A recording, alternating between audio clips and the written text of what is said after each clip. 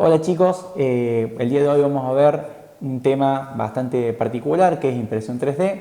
Vamos a hablar en líneas generales en sí del proceso, en qué consiste, cuáles son las ventajas que ha traído esta nueva tecnología al mundo y después ya adentrarnos un poco más en uno de los métodos particular de impresión 3D que es creo que el más difundido, que cualquiera hoy en día puede tener acceso, que es la impresión 3D de polímeros. Y bueno, hay un poco charlar sobre las distintas máquinas que podemos encontrar en el mercado, características de las máquinas, cómo funcionan, materiales que se utilizan y cuestiones que tienen que ver con el costo también a la hora de querer, no sé, comprar o adquirir una máquina que hoy es mucho más accesible que cualquier otro método de fabricación. Bien, comenzando, vamos a charlar un poquito sobre la definición o cuál sería las características del proceso. Bien, en líneas generales la impresión 3D surge como un método innovador, no es una tecnología que ha surgido hoy en día, sino que ya lleva bastante tiempo desarrollándose y surge como tratar de mejorar algunas de las ventajas que existían en los métodos de fabricación convencionales, como puede ser el torno, o piezas torneadas, la fresadora, piezas soldadas, piezas abulonadas, que son otras formas de fabricar que cada una tiene sus ventajas. Por ejemplo, en el torno me permite fabricar piezas de revolución simétricas, pero a la hora de salir de esa simetría ya se vuelve un poco más complicado poder obtener piezas con esta tecnología. Pasando por el lado de la fresadora, también tenemos un método de fabricación que se quita material, se arranca viruta, o sea, se parte de un volumen mayor para reducir el tamaño y tiene algunas desventajas en cuanto al tipo de forma que se puede lograr o fabricar piezas que tengan perforaciones o huecos internos. Bien, proceso de soldadura es un proceso también bastante utilizado en la industria, con ciertas limitaciones respecto a el tipo de geometría que se pueden obtener. Incluso es necesario a veces de sacar de lado la mano de obra e utilizar robots para poder lograr determinadas piezas que respeten la geometría final. Piezas fundidas también pueden ser, que se parte un material en estado líquido que se vierte en un molde, pero bueno, necesitamos de la fabricación de una pieza extra, que en este caso sería el molde o la matriz que va a contener a la pieza final. Y finalmente podemos trabajar con piezas abulonadas, que son unión de distintas piezas fabricadas con distintas tecnologías para lograr formar mecanismos más complejos. Bien, todas estas ventajas creo que se han ido resumiendo en esta nueva tecnología o en este nuevo método de fabricación que es la impresión 3D. La impresión 3D se engloba dentro de lo que se conoce como métodos de fabricación aditiva. A diferencia de lo que les comentaba recién, acá el material se va a agregar en las cantidades que sea necesario para dar lugar a la pieza final.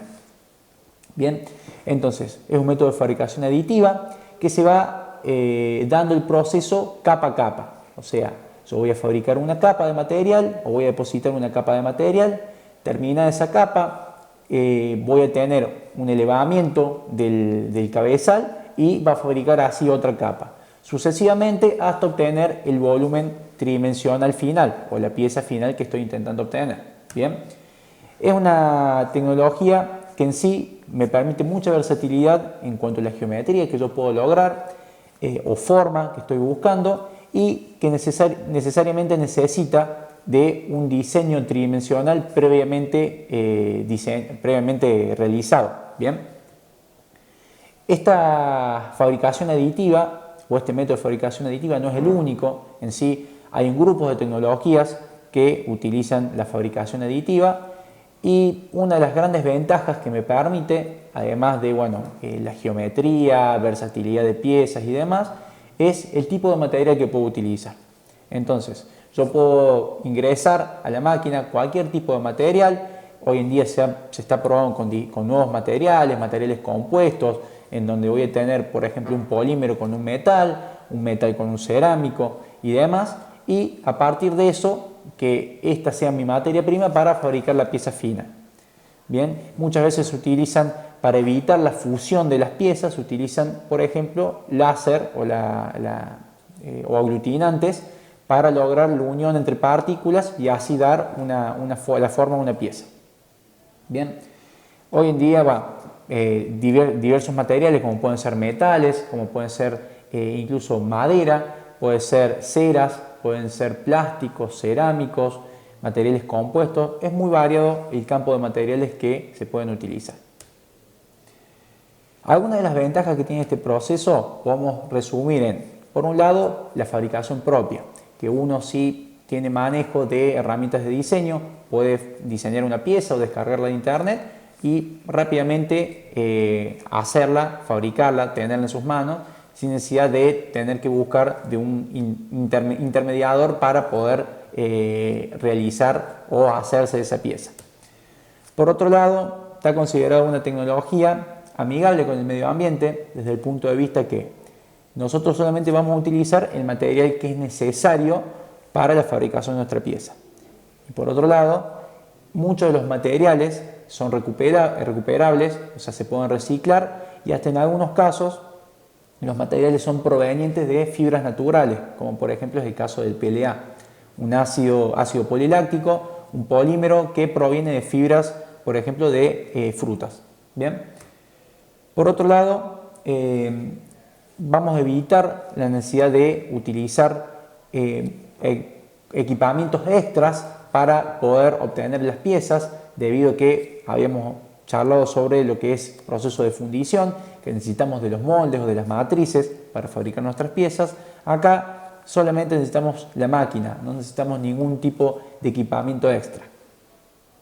Bien, todo esto nos va a traducir una reducción de costos, principalmente influenciada por los tiempos, desde el punto de vista en que yo puedo diseñar una pieza y rápidamente imprimirla, o desde el punto de vista de que puedo reducir la cantidad de material que utilizo, y todos estos costos van a ir impactando sobre el valor final de la pieza. Bien, entonces se considera que es una técnica económica, menos costosa, y que en general los tiempos de fabricación o de producción son más cortos. Vamos a hacer un paréntesis acá y vamos a decir que esto se aplica para lotes o muy pequeños o no incluyendo a la fabricación en serie, que esa es una de las principales desventajas que vamos a charlar luego. Bien, bueno, también una de las posibilidades es que los diseños, muchas veces uno diseña algo, lo manda a fabricar, lo manda a hacer y se topa que cuando la pieza yo la quiero utilizar o poner en funcionamiento, no coinciden las tolerancias. Y esto es un gran problema porque muchas veces si hubo que fabricar una matricería, por ejemplo, quedan en desuso esa matricería o distintos problemas. En este caso, nosotros podemos rápidamente fabricar nuestra pieza y si vemos que algo no coincide o que no se adapta al modelo previsto, rápidamente actuamos sobre el diseño tridimensional en cualquier software de diseño y posteriormente podemos volver a fabricar la pieza. Entonces, también es un ahorro de tiempos. Por otro lado, lo que es la geometría, a diferencia de los otros procesos que muchas veces limitan la accesibilidad a partes internas o orificios rebuscados dentro de la pieza, podemos encontrar geometrías muy complejas. Por otro lado, algo que por ahí se deja de lado, pero es la conservación de la propiedad intelectual, desde el punto de vista que muchas ideas se han visto frustradas, ya que cuando uno manda o entrega a un proveedor que me fabrique mi pieza o me fabrique mi producto, se han robado ideas y esto provoca que muchas veces proyectos que potencialmente podrían ser muy alentadores han fracasado. Entonces, esto de poder uno manejar su producción o poder hacer distintas pruebas desde su casa o desde su propia empresa me da una posibilidad que antes no estaba disponible. Bien, y después el hecho de que es un proceso económico desde el punto de vista que el equipamiento es más económico en líneas generales.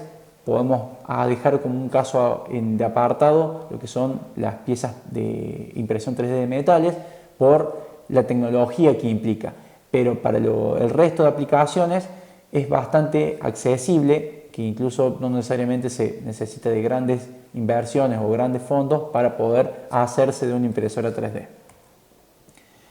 Y finalmente, una característica que creo que en cualquier proceso, y este no deja de estar exento, que es el postprocesado de las piezas. Yo las piezas que obtengo luego de imprimir las 3D, puedo postprocesarlas, puedo hacer pintarlas, puedo hacer un retrabajado, un mecanizado, puedo hacer un pulido, puedo hacer un tratamiento superficial como cromado, bien, pegar distintas piezas para obtener geometrías más complejas aún, etc. O simplemente abulonarlas o unirlas. El tema de los pesos, que una de las grandes ventajas que posee la impresión 3D es el hecho de poder fabricar piezas con menores pesos. Esto se debe a que una característica que tienen los archivos de impresión 3D es que solamente tenemos información del perímetro de la pieza, o sea, sería la geometría externa de la pieza. La geometría interna de la pieza no hay información, y esto es un dato que con los software de impresión se puede llegar a editar. Entonces nosotros podemos fabricar piezas con mayor densidad o menor densidad interna, puede ser una pieza 100% maciza o puede ser una pieza hueca completamente, y esto me permite, por un lado, disminuir el peso de la pieza, por otro lado, reducir la cantidad de material que voy a implementar y por ende los tiempos también que me demanda la fabricación de esta pieza. Pasando a lo que son las desventajas que tenemos en el proceso, como cualquier tecnología siempre existe alguna desventaja. Una de las principales desventajas que tenemos es que, como vamos a fabricar capa a capa y desde abajo hacia arriba, lo que se conoce como tecnología bottom top, o sea, bottom desde abajo, top hasta arriba, necesitamos de que la estructura inferior que ya se ha fabricado sostenga o sirva de soporte de la estructura superior. Por lo tanto, si quisiéramos fabricar algo que esté emboladizo, tendríamos algunos inconvenientes, que la pieza tendería a derrumbarse. Entonces, lo importante de esto es que existen formas de solucionarlo, debido a que muchas veces los software agregan soporte para determinadas zonas que exceden cierto ángulo. Entonces, si la pieza está completamente al voladizo, puedo agregar un soporte que básicamente es agregar material que yo voy a retirar después, que no me va a servir en la pieza, pero que va a servir de soporte o de asistencia para que el proceso de fabricación continúe. Por otro lado, volviendo a que la estructura inferior siempre sostiene la estructura superior, necesitamos de que los tamaños y grosores de las paredes tengan un mínimo de espesor para poder soportar la estructura que vamos a fabricar o crear arriba. Entonces, independientemente de que tenga un soporte, entonces muchas veces es necesario respetar tamaños mínimos, como puede ser grosores de pared de 1 o 2 milímetros, y en el caso de columnas que sostengan la superficie de estructura superior, que ronden entre los 2 a 4 milímetros de diámetro. Bien, pasando a otra de las ventajas que poseemos, que son el tema de tolerancias. Esto es transversal a cualquier proceso de fabricación, pero es necesario tener en cuenta algo, que el cabezal de nuestra máquina siempre se va a mover por las líneas o por las coordenadas que le indique la máquina a partir del diseño que nosotros previamente establecimos o le introducimos, le exportamos dentro del software. Entonces es necesario tener en cuenta que el diámetro de la boquilla tiene en general entre 0,4 a 0,5 milímetros para el caso de las impresoras de polímero, y para el resto de las impresoras, como pueden ser las láser, existe lo que se llama spot, que es el diámetro del láser. Entonces, el diámetro del láser en general se va a mover por el centro, o en el caso del cabezal se va a mover en caso del extrusor de plástico, se va a mover por el centro del cabezal. Y vamos a tener que tener en cuenta el diámetro de filamento o el diámetro de la spot. Entonces es necesario que, si vamos a fabricar una pieza que va a ser un conjunto mecánico, por ejemplo, de eje agujero, tener en cuenta esto para evitar problemas de ajuste excesivo o de juego excesivo. Bien. Y por último, creo que es el principal problema que atraviesa la impresión 3D por el momento, es la imposibilidad de fabricar piezas en serie, o sea, de fabricar grandes lotes de producción. Bien, solo nos limitamos a pequeños lotes de producción o piezas individuales. Esto por ahí, bueno, hay algunos indicios de mejorar a través de lo que se conoce como cintas transportadoras, que básicamente la cama de fabricación o donde se va a fabricar la pieza es una cinta transportadora y se va moviendo conjuntamente con el cabezal de fabricación. Y esto produce de que yo pueda hacer un poco más continuo el proceso y no tenga que esperar terminar de imprimir una pieza para retirarla, condicionar nuevamente la cama de impresión y luego empezar con un nuevo proceso. Vamos a pasar a hablar ahora de algunos procesos o clasificación de los procesos de impresión 3D. Bien, los procesos en líneas generales todos respetan o tienen el mismo concepto, que es moverse en el espacio. Puede ser que en algunos casos se mueva la pieza, en otros casos se mueva el cabezal o el extrusor, que es el que produce la liberación de material, o pueden ser a veces movimientos en conjunto. Pero en líneas generales los procesos también muchas veces dependen del tipo de material con el que se va a trabajar. Todos respetan el mismo concepto de moverse tridimensionalmente en función de coordenadas. Bien, lo que es la tecnología más conocida hasta el momento o la más difundida es el proceso conocido como Fused Deposit Modeling, que es deposición de modelado fundido, que principalmente se aplica a todos los procesos de impresión de polímeros. Es la típica impresora que podemos encontrar en algún colegio para hacer alguna práctica o que se compró un amigo, o las más económicas que podemos encontrar hoy en día en el mercado. Lo que utiliza es un cabezal que posee un extrusor que básicamente alimenta la materia prima, que es polimérico. Hay algunas pruebas de polímero con agregado de partículas metálicas o partículas cerámicas, pero en líneas generales necesita de un polímero, ya que los polímeros tienen un punto de fusión bastante bajo, entonces las temperaturas a las cuales trabajan son temperaturas bajas, de aproximadamente entre los 200 y 300, 350 grados, no más que eso. Bien, esto lo que me permite es, a través de un orificio que se llama la boquilla, que el material salga y se deposite sobre la cama de impresión, como vemos en la imagen. La cama de impresión es donde vamos a depositar cada una de las capas y superponiendo una sobre la otra lograremos así el volumen tridimensional. El material en general sabe estar exterior a la máquina y respetando los movimientos tridimensionales tenemos un movimiento en Z dado en general por la cama, en algunos casos puede ser del cabezal, y el movimiento en X, en Y va a estar dado solamente por el cabezal. Bien, existen variantes, nuevamente repito que muchas veces las industrias cada uno pone su impronta, pero el concepto en general es este: la cama es la que tiene el movimiento en Z y el cabezal es el que tiene el movimiento en X, en Y, para lograr así el volumen tridimensional. Otro proceso también conocido es el proceso DLP, que utiliza una luz pulsada. En este caso sería como imaginarse un proyector que nos da una imagen sobre una pared. Bueno, en este caso ese proyector impacta sobre la imagen sobre un espejo que refleja la imagen en la base de una pileta que contiene una resina. Esta resina es una resina del tipo fotopolimérica. Fotopolimérica refiere a que con reacción a través de la luz produce una reacción química de catálisis, acelera el proceso de curado, de polimerización, y obtenemos así la solidificación de la capa inferior sobre la que se está proyectando la película. Entonces, este proceso es más acelerado debido a que yo estoy proyectando una imagen en toda la base de la plataforma. No necesita recorrer cada punto. Entonces, el movimiento en X, en Y estaría dado en la imagen, en cada proyección de la imagen.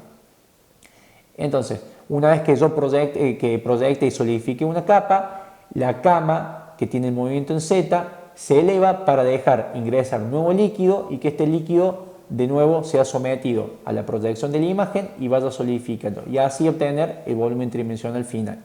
Este método está solamente orientado a lo que son polímeros, resinas particulares que reaccionan con la radiación ultravioleta. Otro método, método pionero en impresión 3D, podemos decir que fue el método madre, el que se desarrolló allá por los años 80, es un método que utiliza un haz de luz. Bien, este haz de luz impacta también sobre una resina fotopolimérica que reacciona al ser afectada por la luz ultravioleta y va recorriendo cada uno de los puntos en lo que sería en el eje X y en el eje Y para así lograr solidificar toda la capa de material. Una vez que se solidifica, ingresa nuevo material para poder seguir o continuar con el proceso de solidificación de la pieza. Bien, en líneas generales el movimiento en Z va a estar dado en la cama. Entonces, a medida de que la pieza se va solidificando o solidifica una de las capas, va a descender la cama en este caso para que nuevo material ingrese a la parte superior y continúe el proceso de solidificación o de impresión, mejor dicho.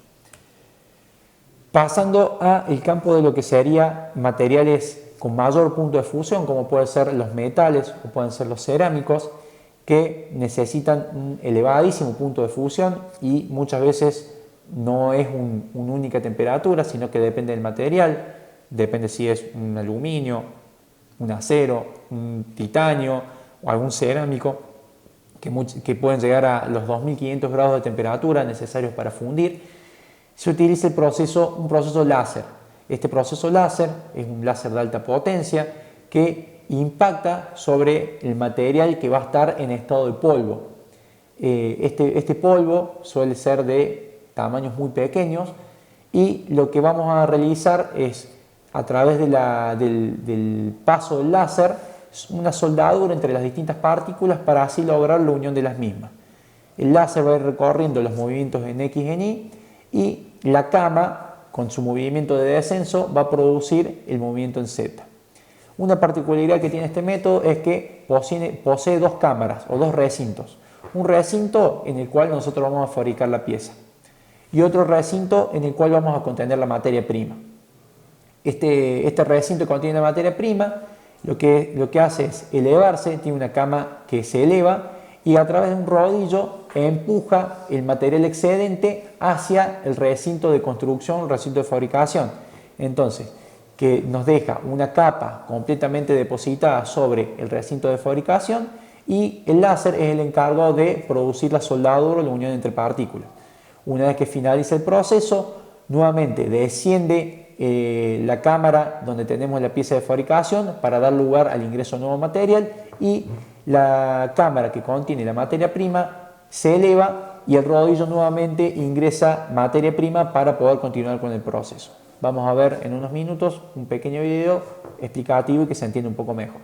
Bien, en líneas generales este proceso, como trabaja con altas temperaturas y metales en polvo, que son muy ávidos por el oxígeno y se oxidan fácilmente, en general se trabaja a atmósferas controladas, ya sea atmósferas con presión positiva de algún gas inerte o con presión negativa de vacío. Entonces evitamos que el oxígeno esté dentro del recinto y provoque la oxidación de las partículas, porque el oxígeno oxida fácilmente el metal y cualquier óxido posee un punto de fusión mucho mayor que el material base.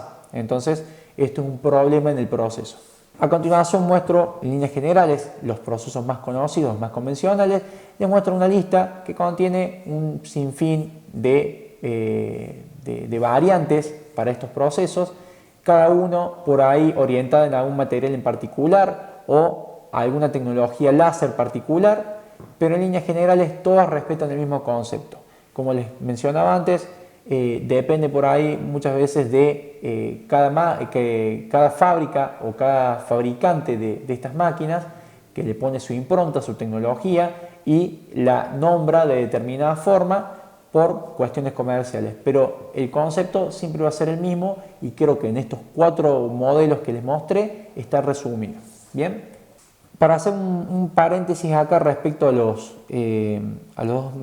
tecnologías de fabricación que utilizan luz ultravioleta, Tenemos el método de proyección, que les había mencionado, el método de estereolitografía, que utiliza un láser, y existe otro método llamado LFS. Bien, en líneas generales estos métodos, la diferenciación que tienen es la calidad de impresión que yo puedo lograr, por un lado, versus la velocidad a la que puedo realizar el proceso. En líneas generales, el proceso DLP, que utiliza una proyección láser, o sea, una imagen proyectada, me da una velocidad de impresión mucho más alta, porque yo estoy proyectando toda una imagen que va a estar solidificándose todo al mismo tiempo. ¿Cuál es uno de los principales contras que tiene? Que las imágenes están hechas o están formadas por píxeles, que si lo llevamos a un punto de vista tridimensional, ese píxel se llama voxel, que es un píxel con una proyección con profundidad. Entonces, este voxel va a depender de la calidad de imagen que se proyecta para lograr una mayor o menor definición de ese voxel. Que un proceso de estereolitografía que utiliza un láser tiene un spot de determinado diámetro muy pequeño y me permite que las superficies o los contornos exteriores sean más suavizados, y esto obviamente me da mejor calidad de piezas. Pero por otro lado, el láser tiene que recorrer cada punto, por lo que me deriva a mayores tiempos del proceso. Y existe una tecnología intermedia que es el proceso LFS o Low Phase Stereolithography, que básicamente utiliza un haz de luz pulsado que es intermitente para reducir los consumos y tiene mayor velocidad de producción. Entonces, estas son en líneas generales las diferencias que podemos encontrar para lo que es fabricación a partir de resina. Bien, bueno, ahora vamos a ver un pequeño video en el cual podemos ejemplificar cómo se da el proceso de sinterización láser o el proceso aplicado para metales o cerámicos, y por otro lado ver cómo se da el proceso de fabricación para resinas con luz pulsada y con un láser que impacte sobre la resina, sobre la piedra de resina.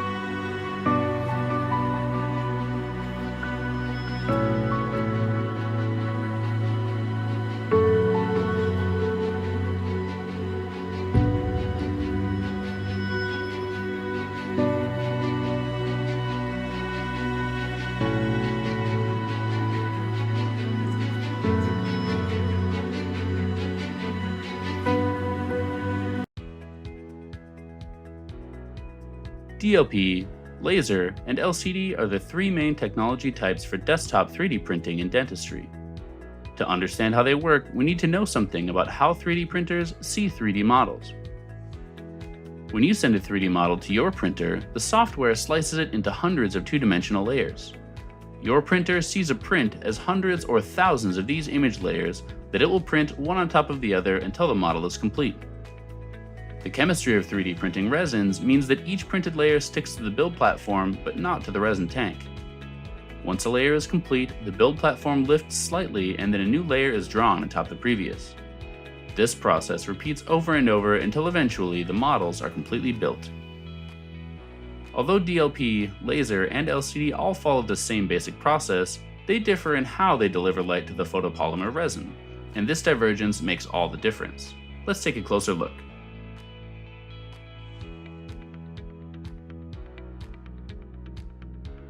DLP printers use a light projector, similar to what you would find in a movie theater, to project the image of an entire layer simultaneously, regardless of the number of parts. Because they carry a full layer in a single flash, DLP printers can be outstandingly fast. They are also very reliable with low complexity and no moving parts. SprintRay Pro is powered by a DLP projector of our own design, enabling it to 3D print models quickly and with outstanding accuracy.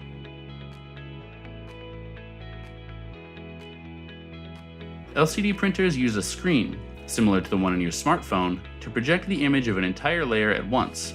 In this way, LCD printers are quite similar to DLP. They can even share materials. But LCD panels have a few key drawbacks.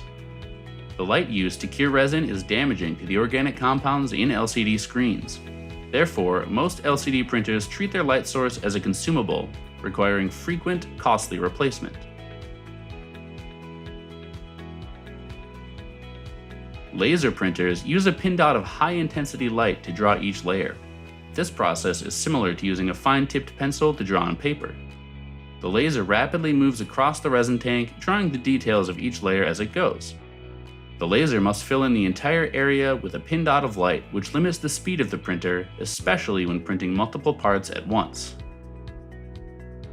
DLP, laser, and LCD printers are all used in dentistry, but the speed, simplicity, and durability of DLP has made it the first choice of dental professionals all over the world.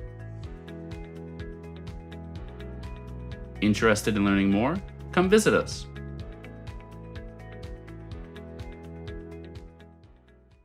Como vieron en los videos, principalmente en el primero, en donde se veían distintos procesos de fabricación mediante la tecnología láser para el caso de metales, como utilizando materia prima en polvo, vemos algunos procesos en donde, como les comentaba, tenemos una cámara en donde se fabrica la pieza y otra cámara que contiene la materia prima. Entonces, con un rodillo alimento la cámara de fabricación y así logro el proceso. En otros casos, como vimos en esa pieza que giraba a una determinada revolución y un láser iba fabricando o iba soldando las distintas partículas, la alimentación se da en el mismo cabezal. Entonces, el cabezal posee distintos orificios que alimentan o van dosando de material, este material en polvo, y una vez que se proyecta sobre la punta, lo que logro con el láser es ir solidificando o soldando esas partículas a la pieza. Y obviamente ahí tenemos un movimiento mucho más complejo, que está por un lado en el cabezal y por otro lado en la pieza. Entonces podemos obtener geometrías y por otro lado velocidades de impresión muchísimo más altas. Pero estamos hablando de un proceso extremadamente costoso y bastante innovador, que todavía no se ha implementado masivamente. Y otra de las tecnologías que podemos ver es el caso en donde no se utiliza un láser para lograr la unión de partículas, sino lo que se utiliza es un binder. Un binder no es más ni menos que un aglutinante que básicamente lo que va a hacer es unir o pegar las partículas como si fuera un pegamento. Entonces este pegamento une las partículas y posteriormente obtenemos la pieza final que va a tener poca resistencia porque básicamente es un polímero el que está logrando la unión entre las distintas partículas metálicas o cerámicas, pero posteriormente tenemos que llevar a esa pieza, que se llama pieza en verde, porque no posee ningún tipo de resistencia, a un proceso de cocción o de sinterización, en el cual en este horno lo que logramos es, por un lado, que se evapore o perder el aglutinante y al mismo tiempo la soldadura o la unión entre las partículas, por un proceso metalúrgico que se llama difusión intersticial entre las distintas partículas que vamos a tener una en contacto con otra. Bien, entonces finalmente una vez que nosotros realizamos el proceso de fusión, el proceso de sinterización, logramos obtener una pieza mecánica con elevada resistencia y las prestaciones necesarias. Entonces no pasa por un láser la unión, sino por un aglutinante y finalmente se tiene que hacer este proceso de sinterización. Pero bueno, son las distintas variantes que podemos encontrar para los procesos de soldadura.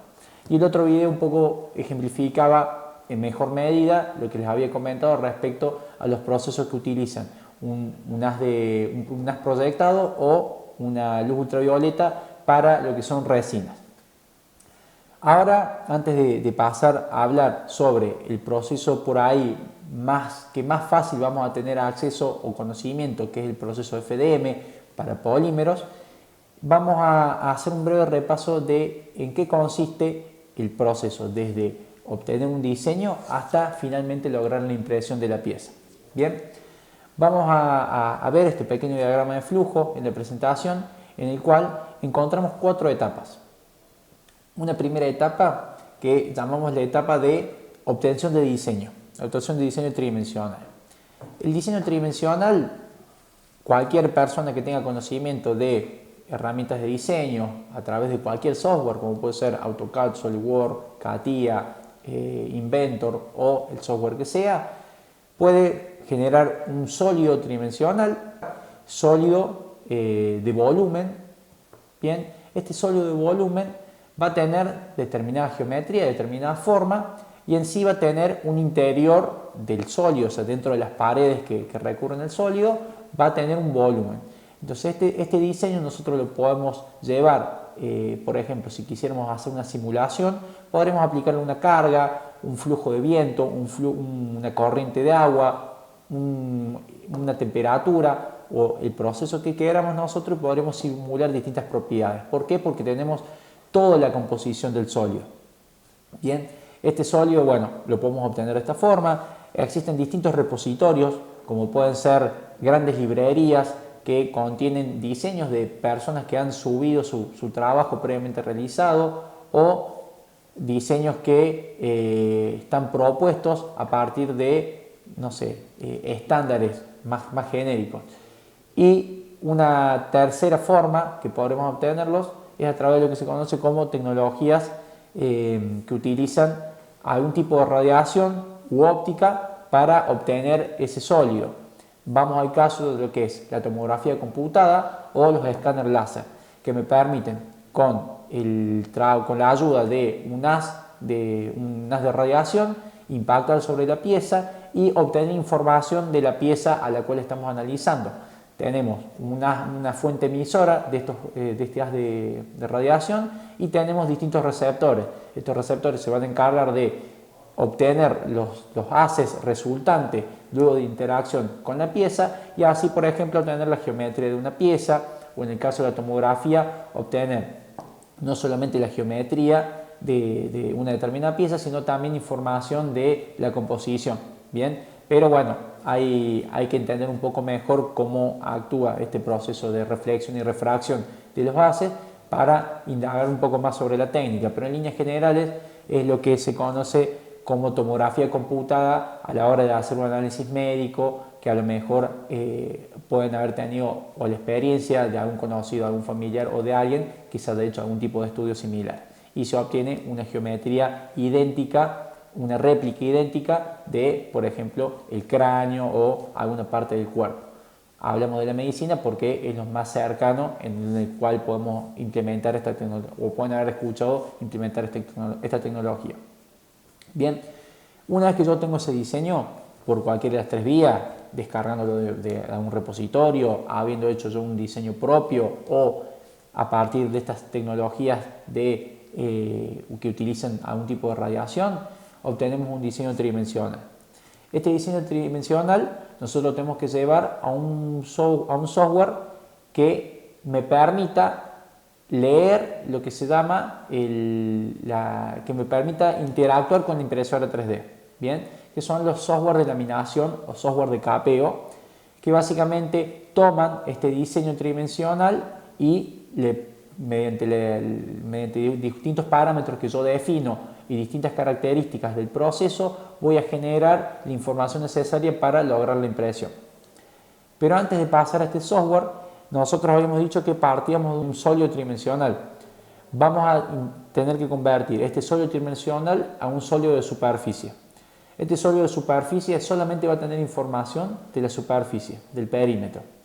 No necesitamos la información interna. ¿Por qué? Porque la impresora no va a hacer simulación o a hacer pruebas de resistencia sobre la pieza. Solamente va a replicar la pieza que nosotros le digamos que tiene que fabricar. Entonces, lo que básicamente necesitamos es información del perímetro, de la carcasa, del cascarón de la pieza.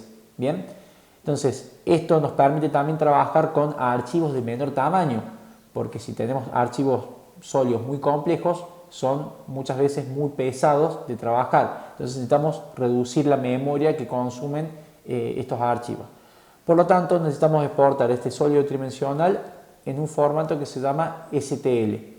Bien, STL es un formato que la extensión .stl un poco deviene del proceso de estereolitografía, por eso las iniciales STL, de estereolitografía.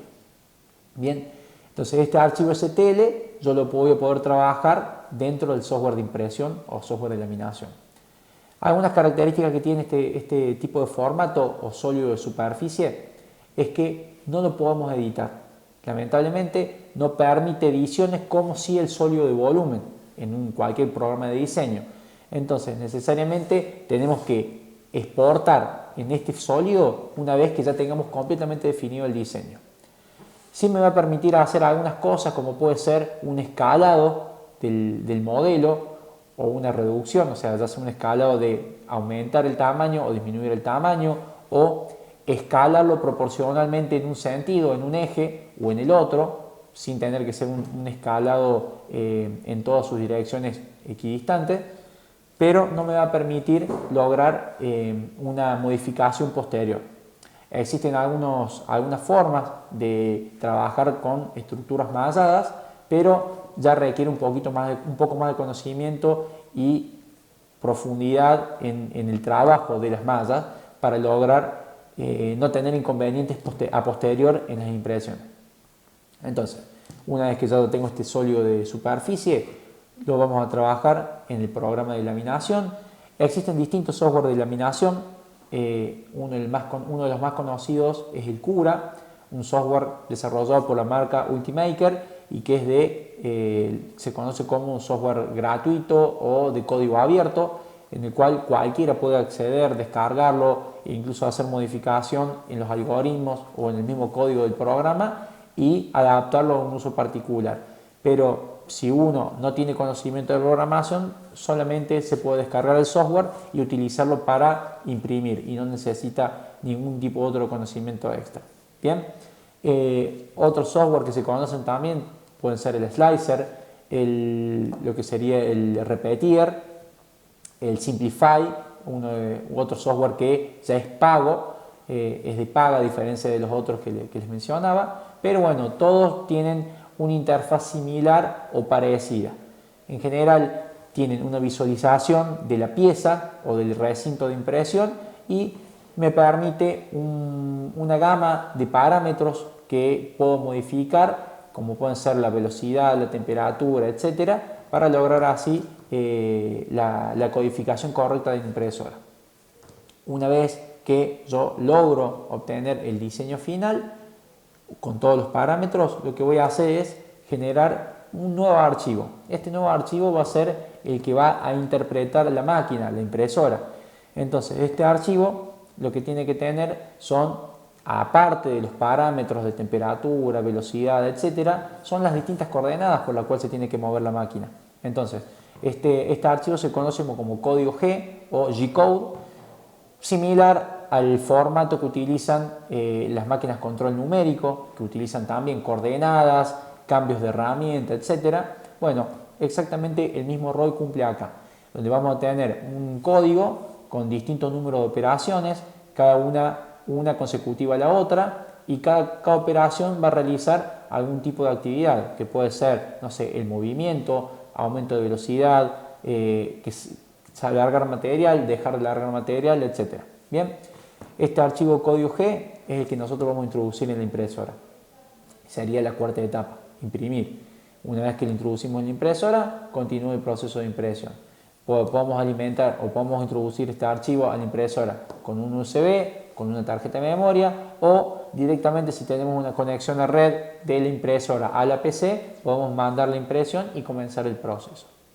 Previamente, bueno, la impresora está ajena a todo este proceso y deberíamos hacer una calibración, un mantenimiento de la máquina. Pero bueno, en líneas generales este es el diagrama de flujo que deberemos respetar para ejecutar una impresión. Bien, vamos a hablar ahora de lo que son las impresoras 3D, particularmente el método FDM. El método FDM, Fused Deposit Modeling o modelado de deposición fundida, es la técnica o el proceso que se implementa para la impresión de polímeros principalmente. Habíamos comentado este proceso, pero como vemos en la imagen tenemos un filamento, que es la materia prima que nosotros vamos a introducir a la máquina, que suele estar bobinado en distintos rollos, principalmente de medio kilo, de 1 kilo. En el caso de procesos más continuos, más largos, puede ser mayor el tamaño, que va a pasar por el cabezal donde encontramos el extrusor, y este extrusor va a empujar o alimentar el filamento, que va a pasar por una boquilla que finalmente va a sacar el material con un diámetro calibrado para depositarlo sobre la cama de impresión y así lograr la fabricación del sólido tridimensional. Bien, algunas características que tiene este proceso, que en líneas generales es un proceso barato, de los más baratos de todos los que habíamos mencionado hasta ahora, es el más económico, muy sencillo. Existe un volumen de información, ya sea en blogs, en tutoriales, en videos en YouTube, etcétera, que vamos a poder encontrar prácticamente para solucionar el problema que se nos presente a la hora de realizar una impresión. Y en general, tanto en español como en inglés, podemos encontrar cualquier tipo de esta información. Es muy rentable a la hora de fabricar porque la materia prima es muy barata, las máquinas son baratas, y si uno quisiera comenzar con una unidad de negocio, tranquilamente podría vender piezas fabricadas por impresión 3D a un costo relativamente accesible y que me permite una buena rentabilidad de las piezas fabricadas. Bien, como les decía, la materia prima es muy barata, en general se consiguen, y Argentina particularmente es un productor de materia prima para este tipo de impresoras importante. Entonces difícilmente podamos no conseguir algún tipo de filamento dentro de las distintas gamas que se consiguen. Alguna parte de las desventajas que tiene este proceso, al ser tan económico y demás, que no tienen una muy buena precisión dimensional. Por lo tanto, si buscamos fabricar piezas de una calidad bastante alta, vamos a estar limitados con estas impresoras, por un lado a la calibración, al buen mantenimiento, buen uso que se haga de las máquinas, y por otro lado vamos a tener un cierto límite para lograr la excelencia en el tipo de fabricación, resolución dimensional que podemos llegar a obtener. Bien, si son piezas con demasiados detalles, muy complejas, el mismo proceso también se ve por ahí complicado a la hora de realizar piezas con geometrías muy difíciles, o de conocer muy bien los parámetros que yo tengo que utilizar para lograr una buena impresión. O sea, tengo que tener un conocimiento exhaustivo de la máquina para poder lograr mayores complejidades en las piezas. Bien. Y por último, cuando uno obtiene la pieza ya impresa, en general va a encontrar que el aspecto se nota en las líneas de fabricación. Las líneas de fabricación no es ni más ni menos que cada una de las capas que fuimos depositando se van a encontrar la diferencia entre las distintas capas. Bien, entonces es necesario hacer un postprocesamiento. Existen formas de suavizar esas superficies, o si no, pintándolas para evitar de que se noten estas marcas. Bien, y una característica que en general afecta a todos los procesos de impresión, que es que las propiedades son anisotrópicas. Ya lo vamos a charlar un poquito más en profundidad más adelante, pero el proceso en sí, dependiendo qué tipo de esfuerzo o hacia dónde va a trabajar la pieza que nosotros fabriquemos, es cómo tenemos que pensar a la hora de imprimirla, porque las líneas de impresión van a marcar las propiedades máximas de las piezas. Si las líneas de impresión no están orientadas en el sentido en el cual yo voy a someter a esfuerzos a esa pieza, posiblemente obtengan menores propiedades mecánicas que si las aplico coincidente con las líneas de proceso, con las líneas de fabricación. Bien, parámetros que yo tengo que trabajar o que tengo que editar a la hora de imprimir o fabricar el código de impresión de esta pieza, de cualquiera de mis piezas.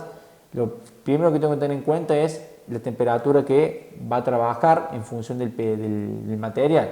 Cada material, para el caso de los polímeros, tiene un rango de temperatura de trabajo.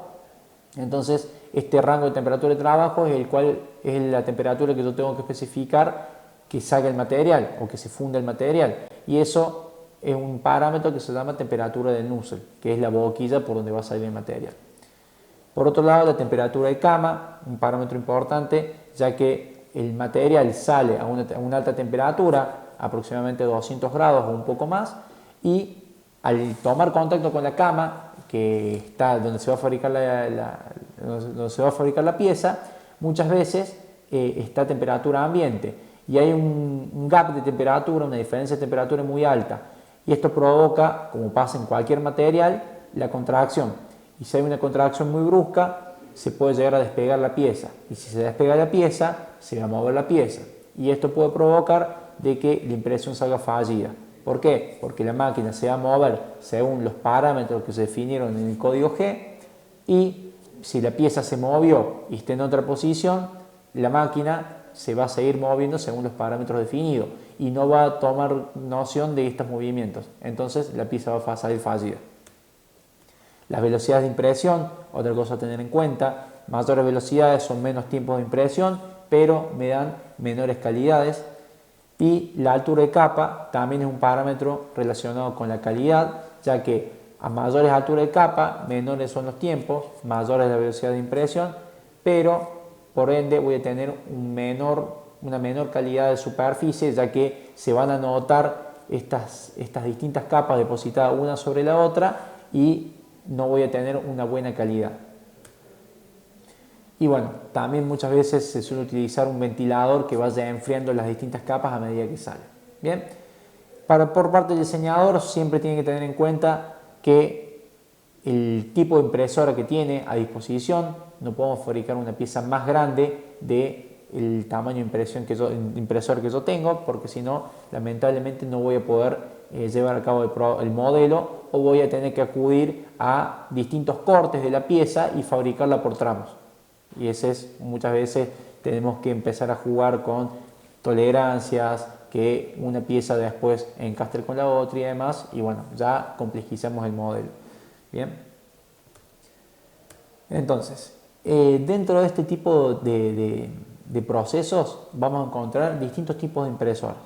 Bien, vamos a poder englobar en 5 tipos a este tipo de impresoras. En general, algo que tienen que tener en cuenta es que todas utilizan coordenadas. Bien, las coordenadas son básicamente puntos en el espacio. Entonces, estos movimientos de la máquina van a estar dados por ubicaciones o puntos en el espacio. Una de estas impresoras que podemos llegar a diferenciar, que son las más comunes, son las impresoras cartesianas, que utilizan justamente coordenadas cartesianas para realizar sus movimientos.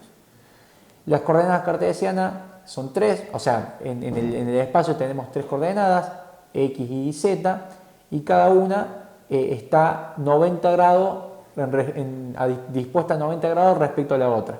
Entonces, tenemos ejes ortogonales que distan 90 grados uno del otro. Bien, en algunos casos siempre están referenciados en función del tipo de movimiento. Si el movimiento está en el extrusor o en el cabezal, entonces el origen o las coordenadas van a estar, como vemos en la figura de la izquierda, en la parte superior. Si tenemos movimientos de X en Y sobre la cama, entonces los ejes coordenados o el origen de los ejes van a estar sobre la parte inferior, como vemos en la imagen de la derecha. Una característica que me olvidé de mencionar, las impresoras cartesianas tienen asociado a cada uno de los ejes un motor. Entonces tienen un motor para lo que es el eje X, un motor para lo que es el eje Y y un motor para lo que es el eje Z. Bien.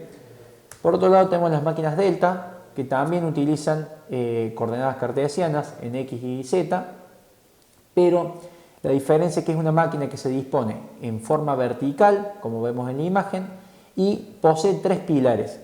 Bien, estos 3 pilares van a tener asociado cada uno un eje. Entonces, uno de los pilares va a tener el correspondiente al eje X, otro de los pilares correspondiente al eje Z y otro de los pilares correspondiente al eje Y. Entonces, con el movimiento del cabezal a través de rieles sobre estos ejes, sobre estas columnas, vamos a lograr así el movimiento en cualquiera de las direcciones X y Z para poder ver el movimiento. Ya en un video al posterior vamos a poder analizar e interpretar de mejor manera cómo se da para cada el movimiento combinado de ejes XY, XZ o YZ o XYZ. Bien, como les dije, otra de las coordenadas son las coordenadas polares, a diferencia de las cartesianas, que en vez de utilizar 3 ejes ortogonales utilizan un vector y un ángulo. Bueno, existe una máquina que toma estas características de coordenadas polares para poder imprimir. Entonces, son las máquinas conocidas como máquinas polares, y que básicamente la mesa es una mesa rotativa que va girando sobre un eje y tiene un brazo que le da la longitud al vector. Entonces, podemos lograr así movimientos lineales haciendo la combinación de la rotación de la mesa y el movimiento del brazo de la máquina, como vemos en la figura. Podemos englobar también acá a lo que sería, por ejemplo, un brazo robot, que también tiene movimientos en todos los ejes, puede llegar a tener hasta un cuarto eje que me permite la extensión del brazo del robot, y básicamente, como podemos haber visto en algún momento un robot en la industria para que hace un proceso de soldadura, también tenemos brazos robóticos que me permiten hacer procesos de impresión 3D. Y finalmente, una máquina que está más orientada a procesos de mayor volumen, a piezas de mayor volumen, que son las máquinas Core XY. Acá vamos a tener un motor para el eje Z que me da el movimiento de la cama, y para el movimiento en X y en Y tenemos 2 motores que, actuando combinadamente, podemos lograr el movimiento solamente en X, el movimiento solamente en Y y el movimiento en X y en Y. Bien, entonces el movimiento en conjunto de en X y en Y. Entonces, básicamente lo que hacemos es que reducir la carga sobre cada uno de los motores individuales, y de esta forma no sobreexigimos la máquina. Por lo tanto, me permite trabajar con una máquina mucho más grande, más robusta, que me dé lugar a piezas de mayor tamaño, de mayor volumen. Bien, Vamos a ver un pequeño video también para tratar de entender cómo es que se da este movimiento en X en Y, o en X individualmente o en Y individualmente.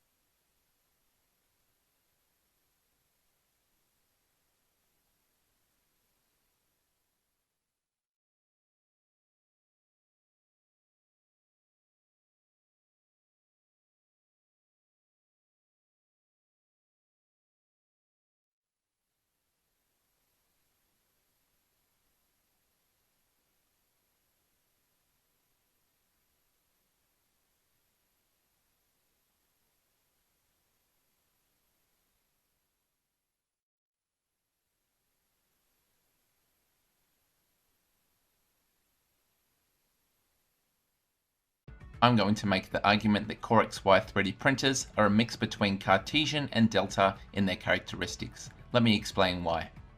Firstly, they're like a Cartesian in their appearance, and they have a single stepper motor to control the Z-axis moving up and down. Secondly, like a Cartesian, the X and Y movement is isolated from the Z, in this case taking place on top of the machine.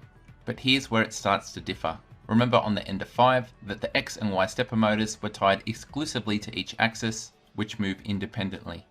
On a Core XY, it might seem to match depending on which belt you pull, but if you pull another belt, something strange starts to happen. Despite pulling a vertical belt, the print head moves in a 45-degree direction. If we move the opposite belt, the print head moves in a 45-degree direction, but this time rotated 90 degrees. To move anything other than a perfect 45-degree angle, cross them over, one on top of the other, so that they're perpendicular to each other. Now, the rules that we're going to set up is that each piece of paper can only move left or right. That's right, left and right only. Not up and down, not off the desk or anything like that. Left and right. The part you want to concentrate on is the edge of the paper closest to you. More specifically, the point where the two edges cross over or intersect.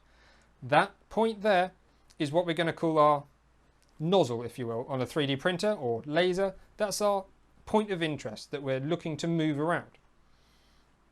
Now, take the right hand piece of paper and move it left and right a bit, and watch how that intersection moves. As you move it to the right, it seems to move diagonally, and if you move it to the left, it also moves diagonally. So let's look at a Core XY printer and see how that also does the same thing. You move just the right hand motor and you get just the same diagonal movement. So what about that other piece of paper? Does it still work? Well, let's try. Move the left hand piece of paper and compare it against the Core XY printer.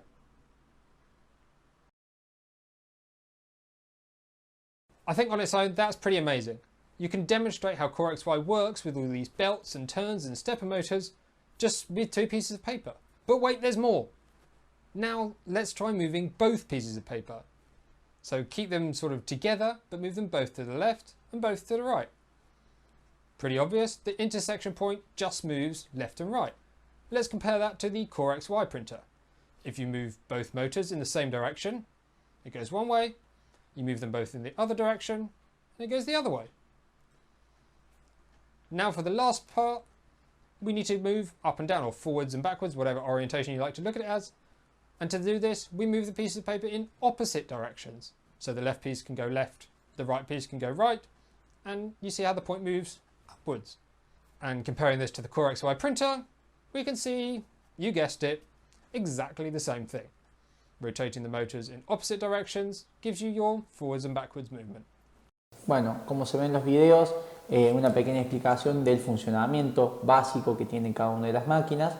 En líneas generales, las cartesianas son las más sencillas de utilizar y las más difundidas, que podemos encontrar una gran variedad dependiendo el fabricante, pero todas utilizan el mismo concepto.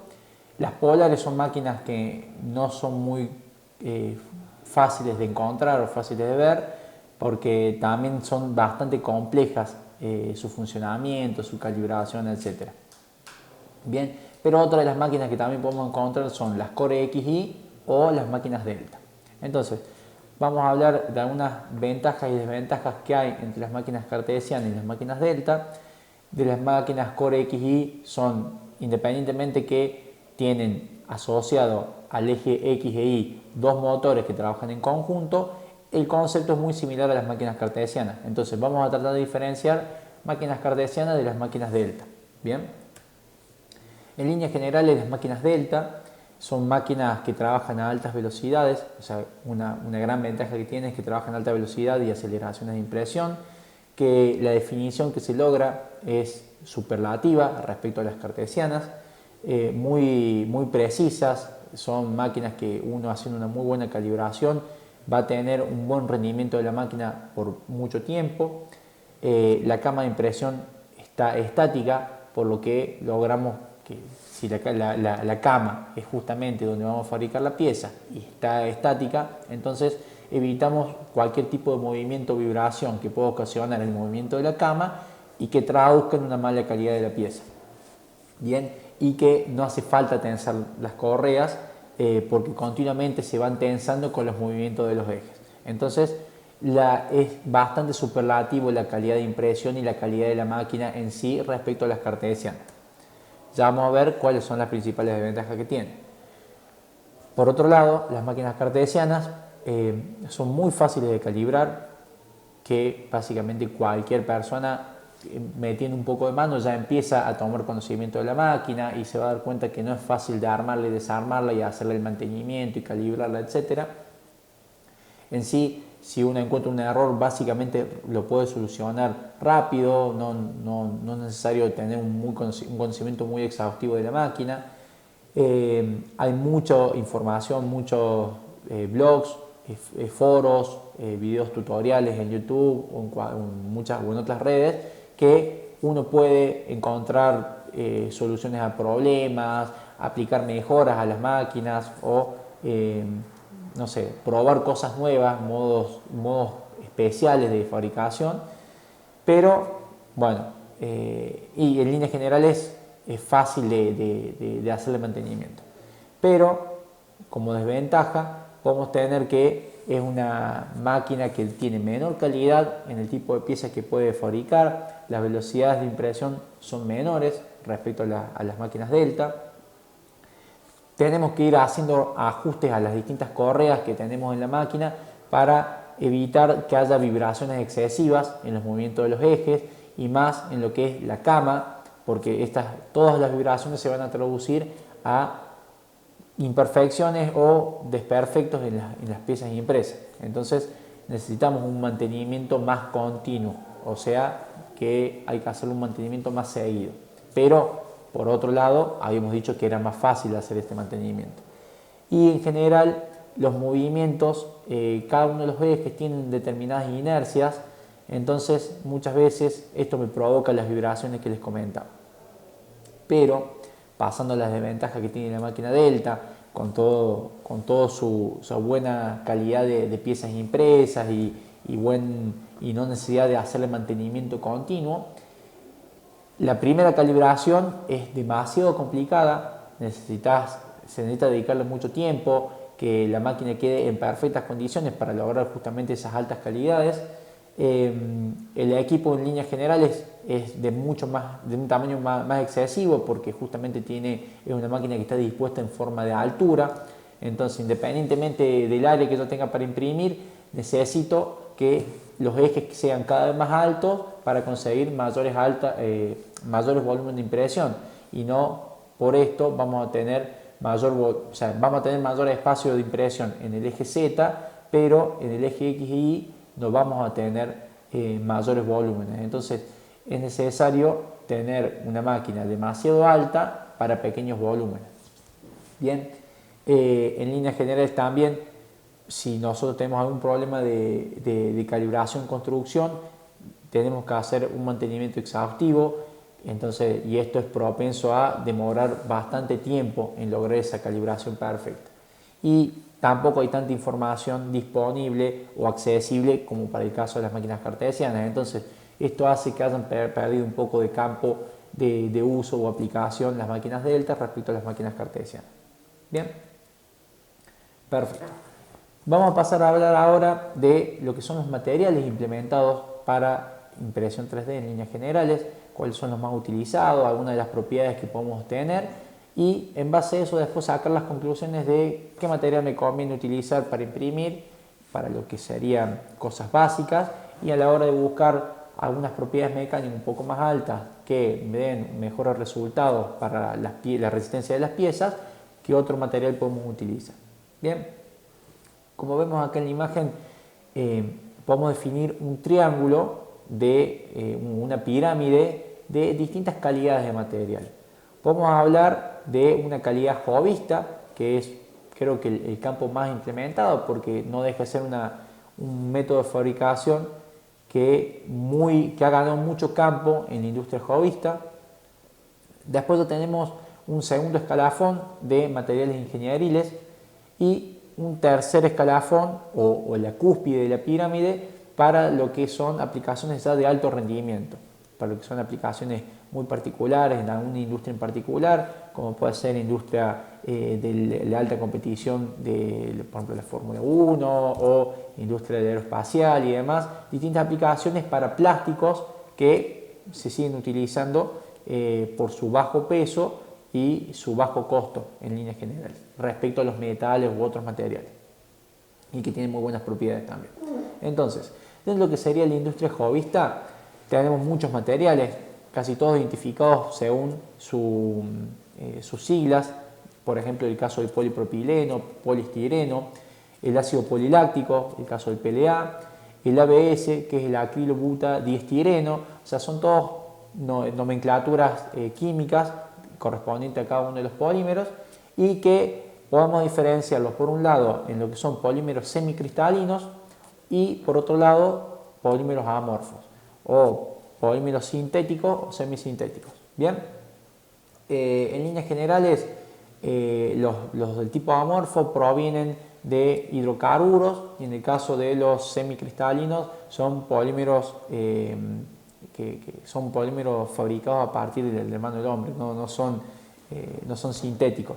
Bien, para el caso de ingeniería, de la rama ingenieril, tenemos distintos materiales, el TPU muy utilizado por ejemplo en la funda de celulares, bien, pero con aplicaciones más desde el punto de vista ingenieril, PETG, otro material también bastante utilizado. Después tenemos distintos PA12, PA11 y PA6, distintas características en cuanto a las propiedades mecánicas que posee.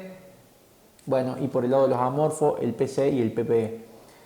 Y finalmente, para lo que es alto rendimiento, PIC, un material con altísimas prestaciones, muy buena resistencia a altas temperaturas, recordando las altas temperaturas dentro de los polímeros, pero son estables a altas temperaturas también, entonces esto me da un campo de aplicación más específico y por ende tienen un costo mayor. Bien, obviamente que en esta pirámide, a medida que vamos hacia arriba, vamos a ver que la temperatura de impresión va a aumentar, a su vez también aumenta la temperatura a la cual pueden trabajar, el rendimiento también aumenta y por ende los costos de los materiales también van a aumentar. Bien, hablando particularmente de la industria jovista, o la que uno más fácil puede tener acceso, vamos a mencionar algunos de los materiales con sus características, como por ejemplo el ABS, un material con una buena resistencia mecánica, tiene buena resistencia a la temperatura, por lo tanto, a la hora de realizar un dispositivo que tenga que soportar una determinada carga, bien, podemos pensar en utilizar ABS, uno de los materiales más utilizados para esto. Y tiene un alto coeficiente de retracción, que esto es, a medida que se va enfriando, se contrae bruscamente, bien, se contrae bastante. Entonces, esto lo hace un material que en líneas generales es más complicado de imprimir por la cuestión de que si yo no tengo un precalentamiento de la zona de la cama de impresión, se va a contraer rápidamente y no se va a adherir una capa a la otra. ¿Por qué? Porque yo voy a depositar una capa de material. Cuando deposito la otra capa de material, que ya está fría la primera capa depositada, va a estar contraída, no va a tener buena adherencia con la capa superior, por lo tanto, si no tengo un buen conocimiento para imprimir este tipo de materiales, puedo llegar a lograr una pieza de mala calidad. Bien, independientemente de que la calidad del polímero sea buena o la resistencia sea buena, si no tengo buena adherencia entre capas, voy a obtener una pieza que básicamente va a ser un acordeón, porque se va a descascarar toda. Por otro lado, tenemos el PLA, creo que el material por excelencia más utilizado hoy en día por cualquier persona que imprime con impresora 3D, que tiene muy buena o excelente terminación superficial. Entonces, esto para imprimir cualquier tipo de pieza o réplica, o incluso algún tipo de pieza de colección, se puede lograr muy buenas terminaciones. Es muy fácil de imprimir, no necesita tener un conocimiento muy exhaustivo en la técnica de impresión, y el único inconveniente que podemos encontrar es que tiene baja resistencia al impacto. Entonces, en general, para usos en el cual no tenga que someter la pieza a un tipo de esfuerzo, puedo utilizar tranquilamente el PLA. Bien, también existen filamentos de nylon, que son filamentos que ya tienen una calidad o una resistencia mecánica muy alta, tiene buena resistencia química o resistencia al desgaste. Entonces, si es una pieza que va a estar sometida a un ambiente químico, como puede ser, no sé, pues para comida, va a estar sometido a algún tipo de fluido para comidas, va a estar sometida al desgaste o el rozamiento, tiene muy buena resistencia. Y uno de los principales problemas que tiene es que son higroscópicas, el filamento tiende a absorber humedad. Entonces, si no es bien cuidado, bien guardado, a la larga va a disminuir la calidad del material porque va a absorber agua, y esta agua va a provocar de que al momento de imprimir a 220 grados va a ebullición, o sea, el agua obviamente ebulliciona a los 100 grados, por lo tanto puede llegar a burbujear a la hora de imprimir, entonces me va a dar una mala calidad de impresión. Por eso tengo que tratar de tenerlos aislados durante el almacenamiento del mismo, y posteriormente a la hora de usarlo tener los cuidados de que no esté tanto tiempo expuesto a ambientes húmedos.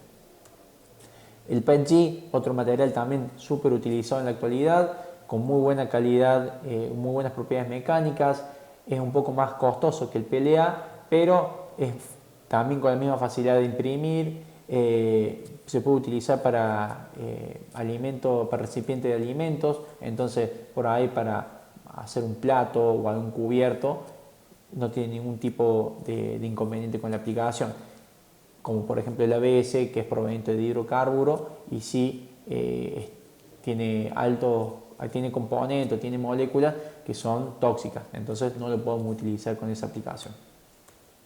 El TPU es un material flexible, como el que se utiliza para las fundas de los celulares, que es muy difícil de imprimir por cuestiones de que a la hora de empujar el material, al ser flexible, muchas veces requiere un sobreesfuerzo de los motores de empuje en el extrusor, y si no se tiene un buen conocimiento puede provocar que el filamento se atasque o que no se imprime de buena manera. Entonces es un material más complicado de utilizar. Y el PEI es un material que es muy costoso, tiene las mejores propiedades mecánicas respecto al resto de los mencionados, y en cuanto a lo que es impresión es bastante complicado de utilizarlo. Se necesita tener un conocimiento bastante alto en las propiedades, en los parámetros de impresión, etcétera, para lograr buenas calidades y buenas terminaciones. Vemos acá una pequeña tabla que podemos encontrar las distintas propiedades correspondientes a cada uno, como pueden ser la facilidad de impresión, la resistencia mecánica, elongación de la rotura, etcétera, correspondiente a cada uno de los materiales. Vemos que cada uno tiene su versión más favorable o más desfavorable, pero en líneas generales para cualquier uso de aplicación, el PLA y el ABS son los que reúnen algunas de las propiedades más importantes o más interesantes. Por eso vamos a centrar ahora la charlita un poco en tratar de identificar cuáles son esas propiedades de cada uno en cuanto a la importancia de utilizar uno o el otro, y después tratar de definir cuál es el que usarían ustedes si tuvieran la posibilidad de imprimir alguna pieza. Bien, como se fijan en la gráfica, el ABS tiene una altísima resistencia comparado al PLA. Bien, tiene buena resistencia máxima, en sí tiene buena calidad, pero lo que es elongación y lo que es facilidad para imprimir es un material que carece de esas propiedades. Que por otro lado, el PLA sí vemos que las propiedades de la facilidad de impresión y las resistencias máximas son mayores, pero lo que sería la resistencia al impacto del PLA es muy baja. Por lo tanto, bueno, se compensa un poco con las propiedades que tiene el ABS. La diferencia básica que vamos a encontrar, que el punto más importante para el ABS es saberlo imprimir, que muchas veces necesitamos un conocimiento bastante alto en la máquina para poder lograr buenas calidades. Bien, algunos de los parámetros o de las características principales de cada uno de los materiales la podemos encontrar en la siguiente tabla. Vemos que en el caso del ABS no es un material degradable, para el caso del PLA sí, es un material incluso proveniente de fibras naturales, entonces es un material reciclable o reutilizable.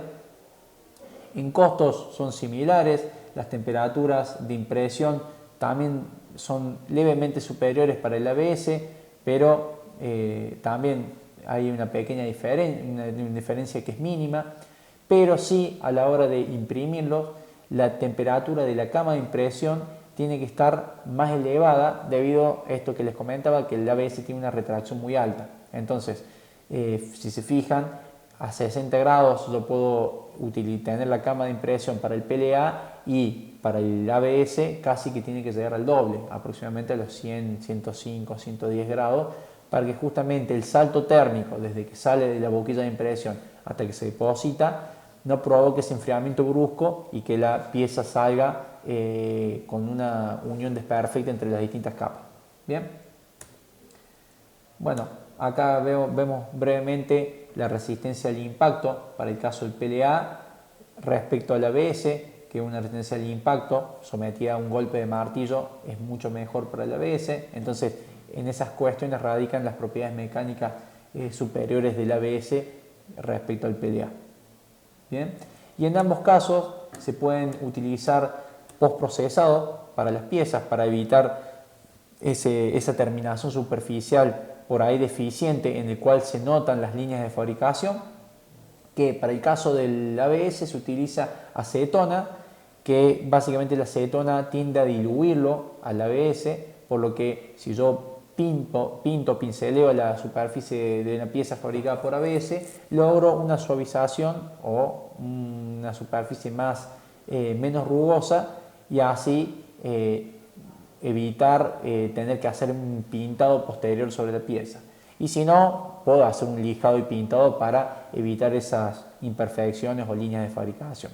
Para el caso del PLA, en vez de utilizar acetona, se utiliza cloroformo y se obtienen piezas, como vemos en la imagen, que tienen un brillo superior porque la terminación es más suavizada. Bien, en conclusión, ¿cuál es mejor, cuál es peor? A ver, creo que son los dos materiales por excelencia que actualmente se utilizan y lo que es el PLA es mucho más fácil para personas que se están iniciando en la impresión. Entonces, podremos decir que para gente con poca expertise o poca experiencia en lo que es uso de impresión o recién está aprendiendo, el PLA tiene mejor aplicación porque es fácil de imprimir y difícilmente utiliza una pieza que vaya a estar sometida a grande resistencia. Y por otro lado, el ABS, cuando ya uno tiene mayor conocimiento de la impresora, puede empezar a probar y por ende obtener diseños que por ahí puedan llegar a estar sometidos a algún tipo de esfuerzo, que tenga que soportar algún tipo de carga y que va a tener un rendimiento mucho mayor. Ya para ir terminando, vamos a comentar algunas características respecto a la impresión. Esto que en un principio de la charla les comentaba que en sí el proceso de impresión me da piezas o me puedo obtener piezas con propiedades anisotrópicas. Anisotrópica se refiere a que las propiedades no son iguales en todos los ejes. ¿A qué me refiero con esto? Que si yo tengo una pieza que está fabricada con una orientación, supónganse, en el eje X y aplico una carga, una vez impresa la pieza, le aplico una carga en el eje X, voy a estar obteniendo las máximas resistencias de la pieza. Ahora bien, si esa pieza se fabricó en el eje X y yo quiero someter a una carga en el eje de las Y o en el eje de las Z, la resistencia no va a ser la misma, ya que no estoy trabajando sobre la orientación de la fibra de cada uno de los filamentos, sino que voy a estar trabajando, por ejemplo, entre la unión entre cada filamento o entre la unión entre capas. Entonces, ya la unión ahí no es la misma, porque en el sentido de la fibra yo tengo el material continuo y en el sentido de entre unión entre capas o entre unión de filamentos no tengo un material continuo, sino que tengo dos materiales que están unidos en su perímetro. Entonces la resistencia varía bastante. Entonces, ¿Qué hay que tener en cuenta respecto a esto? Bien, que siempre la fuerza fuerza del material va a ser mayor que la fuerza entre capas o la fuerza entre filamentos. Entonces, para optimizar eso, tengo que tener en cuenta en qué dirección o en qué sentido va a estar aplicada la carga sobre la pieza que yo quiero producir. Entonces, si es una pieza que simplemente va a ser una figura que no va a estar sometida a ningún tipo de carga, la verdad que buscar siempre la forma más fácil y que mejor calidad de pieza me dé. Pero si es un tipo de pieza que va a estar sometida a un tipo de carga, ahí sí ponernos a pensar que siempre conviene o siempre es mejor que la resistencia máxima va a estar para el sentido de orientación de la fibra, que en general es en el eje de las X o en el eje de las Y, dependiendo el tipo de orientación en el cual yo fabrique en la cama. Bien, puedo combinar a la hora de fabricar que una capa se haga en un sentido, la otra capa se haga a 90 grados, entonces así estaría optimizando la orientación en dos ejes, tanto en el eje X y en el eje Y, pero el eje Z, que va a ser la unión entre cada una de las capas, como vemos en la figura, lamentablemente va a tener menor resistencia. Entonces, si nosotros vemos ahora esto aplicado a, por ejemplo, el ABS, vemos que en el plano del eje Z, la resistencia de la tracción respecto al plano XY se reduce casi un 25%. Es mucho menor en el eje de la Z respecto al eje X e Y. Y por otro lado, la elongación también se ve reducida bastante, que pasa de un 4,8% a un 0,5% de elongación. O sea, prácticamente no me permite ningún tipo de deformación. Bien, por otro lado, para el caso del PLA, los valores son muy similares, en el cual tenemos que los valores, las propiedades mecánicas también se ven reducidas a un 30, un 40% en el sentido Z respecto a el eje X e Y. Bien, cuestiones a tener en cuenta: siempre se busca de que una buena calibración de la máquina se ve traducido, más allá de una buena calidad de pieza, también a que mejore la calidad o la adherencia entre capas. Entonces, si nosotros vemos cualquier pieza impresa, vamos a ver que en el largo del eje de construcción, que es el eje Z, vamos a notar la diferencia entre las distintas capas. Bien, por más que exista una diferencia, no se tiene que ver tan afectada la unión entre capas al punto en que la pieza se termine desarmando como si fuera un hojaldre. Entonces, lo ideal es que se haga una buena calibración de la cama para lograr que la primera capa, que es la más importante, sea de la mejor manera o correctamente efectuada, por un lado para evitar que la pieza se despegue y se mueva, y por otro lado para que ese efecto no se traduzca en las sucesivas capas. ¿Bien? Y por otro lado, el tema de los soportes, que es una cuestión que, como les dije, la impresión se fabrica de abajo hacia arriba y muchas veces las capas superiores terminan al voladizo por una cuestión de la geometría de la pieza. Entonces, esto hay que tenerlo en cuenta, que nosotros podemos generar soportes con los software de impresión, que lamentablemente no vamos a tener que postprocesar la pieza, porque ese soporte va a generar puntos de contacto, puntos de unión en la pieza, justamente para garantizar de que no haya puntos de derrame, que donde la pieza, como no tiene ni nada en que sostenerse, termine cayendo el material y dejando una geometría poco definida. Entonces, nosotros podemos generar estos soportes y en general el software me va a detectar cualquier capa superior que supere cierto ángulo, que en general nosotros lo podemos editar, pero es por encima de los 45 grados respecto a la normal, respecto a la horizontal, va a generar ese soporte y automáticamente lo genera. Y después, posteriormente, nosotros podemos postprocesar la pieza y retirar esos soportes.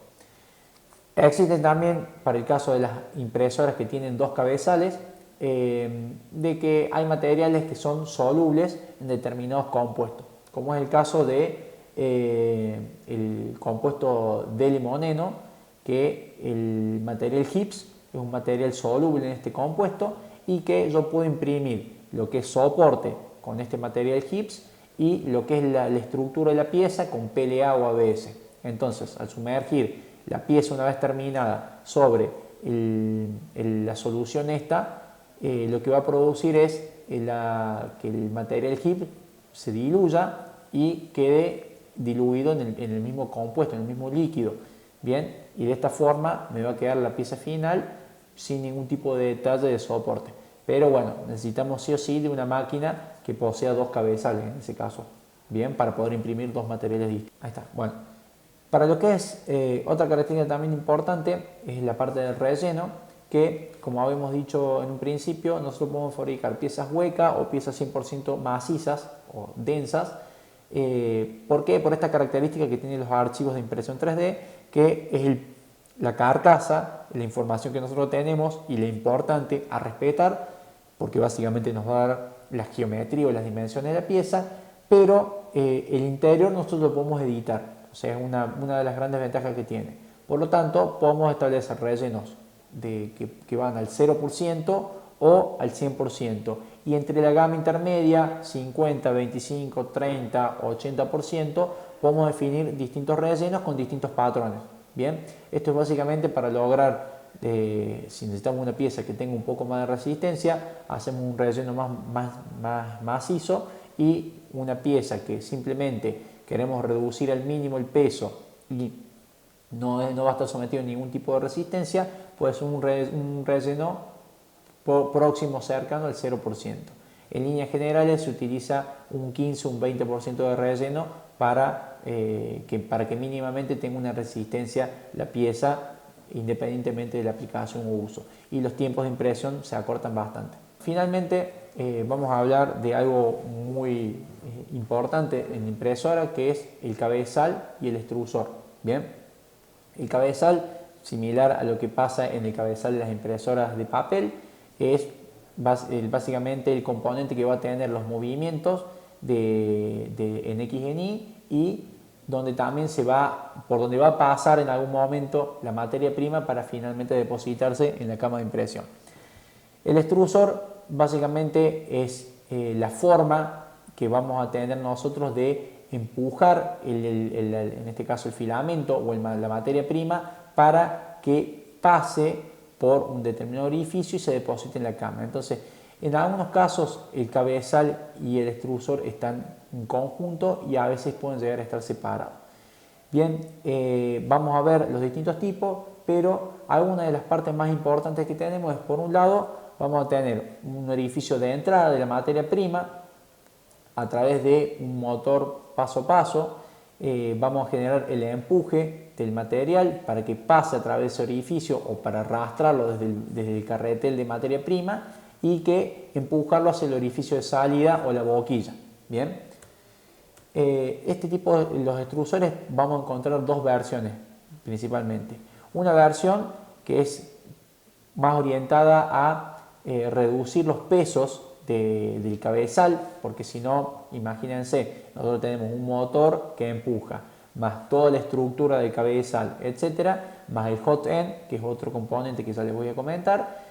Básicamente estamos generando un montón de peso sobre el cabezal. Entonces, para reducir este peso, muchas veces podemos quitar el extrusor y colocarlo por fuera, y son los que se conocen como extrusores tipo Bowden.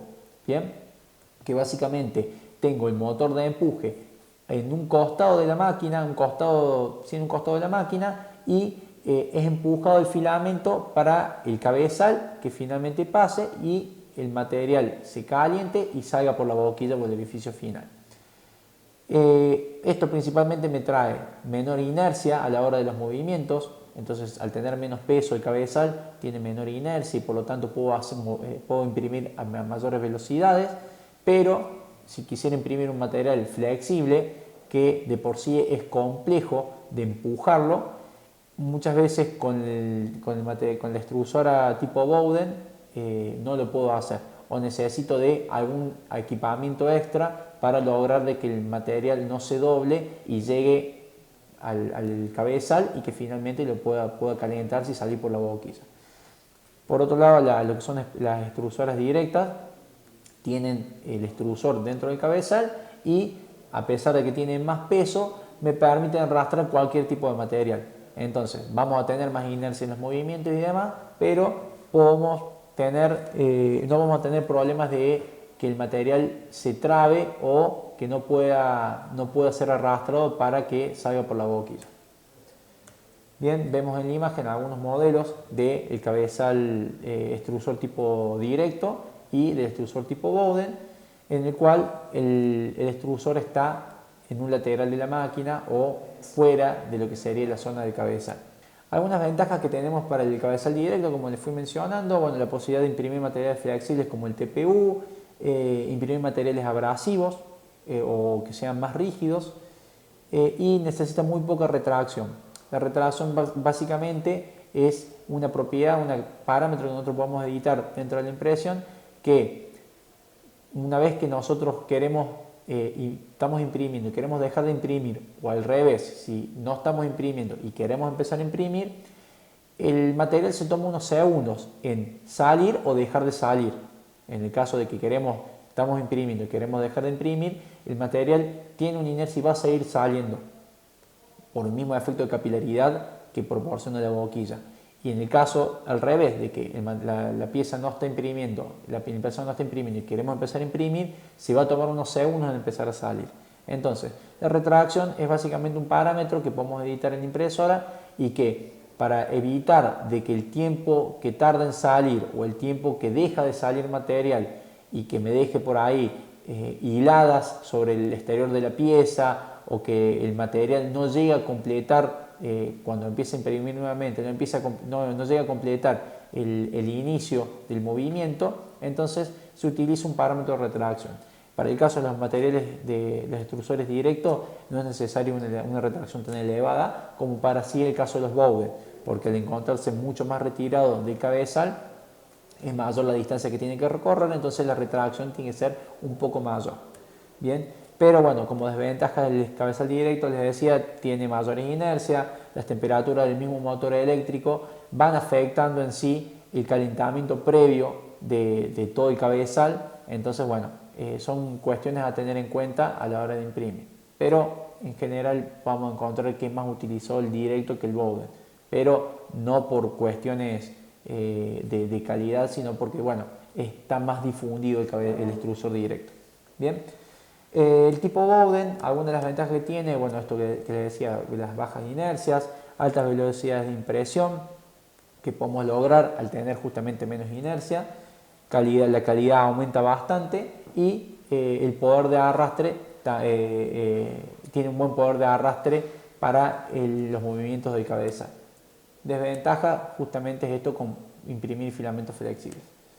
Para finalizar vamos a hablar de lo que sería el hot end, que es la pieza en donde se produce, o sea, un conjunto de piezas en donde se produce la magia de la impresión, que es básicamente el calentamiento del filamento.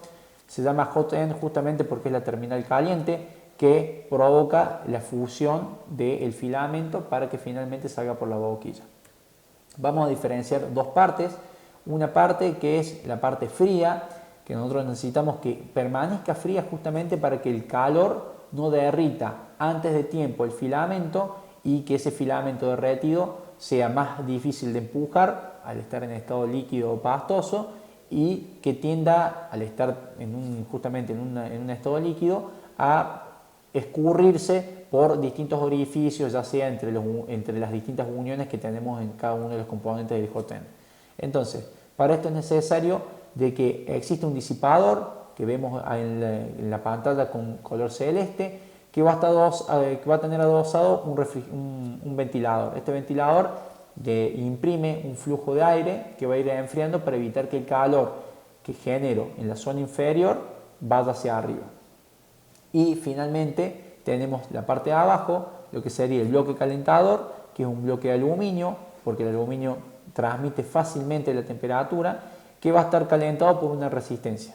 Bien, estas dos piezas, tanto el disipador como el bloque calentador, están unidas por lo que se conoce como barrel o una barrera térmica. es básicamente un cilindro que tiene dos roscas. Una rosca va a lo que sería el disipador y otra rosca que va al bloque calentador. Entonces es una pieza que permite ya una separación, que no esté en contacto directo el bloque calentador con el disipador y evitar así el calentamiento vaya hacia la zona superior. Y finalmente tenemos la boquilla, que es una boquilla calibrada, una pieza de bronce, que básicamente es por donde finalmente va a salir el filamento con el diámetro establecido por la boquilla. En general las boquillas van de 0,1 milímetro a 1 milímetro hasta 1 milímetro. Lo más utilizado es 0,4 o 0,5 milímetros, se puede llegar a utilizar hasta 0,6. Los otros diámetros existen, se pueden conseguir comercialmente, pero tienen menores aplicaciones. ¿Por qué? Porque a medida que el diámetro de la boquilla es más fino, los tiempos de impresión son mayores, por lo tanto se alarga mucho el proceso. Entonces con 0,4 o 0,5 logro conseguir buenas velocidades de impresión. Existen distintos tipos de hot end. El más común es el E3D, que es un hot end que posee distintos componentes, como se ven ahí en la figura. Y por otro lado tenemos el modelo Volcano, que es un modelo que se llama, conocido como full metal, es todo metálico, o sea, es una única pieza metálica, y tenemos menores problemas a la hora de atrancamientos, de que el material se escurra por alguno de los orificios por mal problemas de ajuste. Las ventajas básicamente, bueno, dependen a las versatilidades o el tipo de piezas que uno va a imprimir. El E3D es el más conocido, es el más difundido, más económico que el Volcano, pero el Volcano tiene una buena estabilidad y buen control de lo que es la temperatura y al mismo tiempo transmite estas propiedades sobre la pieza, generando piezas más resistentes. Bien, pero bueno, a veces podemos tener malos acabados como desventaja. Bien, algunos otros tipos de hot end, como vemos en la imagen, que también se han probado y se han tenido buenos resultados. Por ahí cambia la disposición del disipador de calor o el tipo de cubo de calentador o el tipo de resistencia que utilizan para calentar, pero bueno, todos utilizan o tienen más o menos el mismo concepto de diseño. Respectivo a los costos de tener en cuenta a la hora de imprimir, que uno muchas veces puede pensar que el costo va a estar solamente en la materia prima o que va a estar en la cantidad de horas que se usa la impresora. Bien, y teniendo en cuenta distintos factores, el tipo de máquina, la inversión hecha en la máquina o muchas veces que la persona que viene con una idea de imprimir, uno tiene que capacitarla o darle alguna orientación respecto a si se va a poder o no se va a poder o cuál es la conveniencia del tipo de pieza que puede imprimir. Hay que tener en cuenta distintos factores para generar o poder ponderar el costo de una pieza. Bien, en líneas generales, por un lado la preparación de la impresión, lo que es el tipo de tamaño de pieza, o sea, todo lo que tiene que ver con respecto al material utilizado, las horas de uso y demás, que conllevan la preparación del proceso. Pero después, si esa pieza hay que postprocesarla o hacer algún tratamiento al posterior, o incluso si es necesario horas de diseño para justamente corregir algún problema, si la pieza hay que dividirla en distintas partes para poder lograr una impresión correcta o mejor calidad en la misma. Todas estas cuestiones hay que tenerlas en cuenta porque conllevan distintos costos, incluido también el mantenimiento, si la pieza salió mal, más allá que puede ser un error propio, pero a veces ese error propio de la persona que imprime puede estar influenciado por diseños que son complicados o difíciles de llevar a cabo, más allá de la idea de la persona o del cliente que quiere el producto, quiere el servicio, que muchas veces hay que dedicarle tiempo de preparación a la máquina en cuanto a los parámetros, como les digo, si hay que dividir la pieza en distintas partes y demás, el tipo de material y obviamente tener en cuenta el costo hora de la luz, del consumo energético y si hay que hacer comprar algún tipo de repuesto para el mantenimiento de la máquina, etc. Entonces, a la hora de pensar qué costo ponerle a la impresión, son varios los factores a analizar, no solamente pensar en el precio que tiene la materia prima o la cantidad de horas que voy a imprimir la máquina, sino que analizarlo un poco más detallado para cada una de las piezas. Así que bien, bueno, esto fue el módulo de impresión 3D. Cualquier duda o consulta, vamos a poder dejar un foro para que ustedes hagan preguntas y puedan sacarse cualquier tipo de inquietud que haya quedado y bueno, quedaremos sujetos a las clases prácticas que podemos desarrollar para poder entender un poquito más el proceso en lo que es el laboratorio del departamento. Así que nos vemos, chicos, que anden muy bien.